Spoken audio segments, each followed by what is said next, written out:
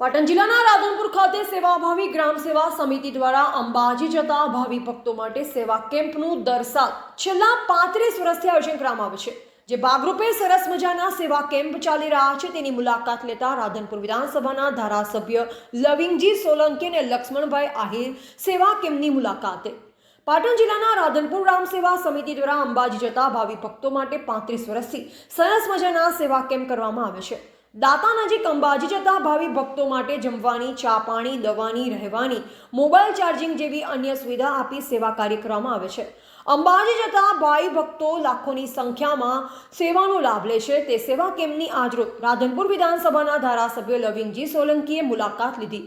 તેમની સાથે લક્ષ્મણભાઈ આહિર, કોન્ટ્રાક્ટર અને અન્ય મહાનુભાવો પણ જોડાયા। આ પ્રસંગે રામ સેવા સમિતિ દ્વારા ધારાસભ્ય લવિંગજી સોલંકી અને લક્ષ્મણભાઈ આહિરનું સન્માન કરવામાં આવ્યું।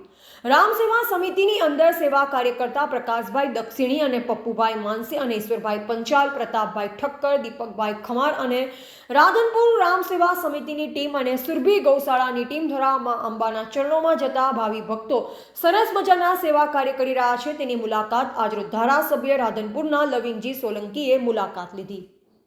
श्री राम सेवा समिति द्वारा 35 वर्षથી આ સ્થળ ઉપર ફૂલ ભાણું, રોટલી, શાક, ભાત, દાળ, એક મીઠાઈ, એક ફરસાણ, દવાઓ, ચા અને આરામનો કેમ્પ કરવામાં આવે છે। તેમાં રાધનપુર નગર સમસ્ત હિન્દુ સમાજનો એમાં સહકાર અને ટેકો રહેલ છે।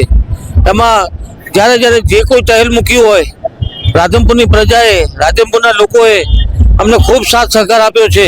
રાધનપુર નગરમાં પણ શ્રી રામ સેવા સમિતિ દ્વારા અન્ય પ્રવૃત્તિઓ પણ અલગ અલગ કરવામાં આવે છે। એમાં પણ જ્યારે જે કોઈ ટહેલ મૂકી હોય તે લોકો અમને તન મન ધનથી ખૂબ સહકાર આપે છે। અને આજે આપના દ્વારા રાધનપુર નગરની તમામ પ્રજાનો, સમસ્ત હિન્દુ સમાજનો હું આજે એમનો ઋણી છું અને રામ સેવા સમિતિ એમનો ખૂબ ખૂબ આભાર માને છે। અને આગામી દિવસોમાં અમારો આવો વિશ્વાસ ટકી રહેશે તો અમને પૂરેપૂરો વિશ્વાસ છે। અસ્તુ।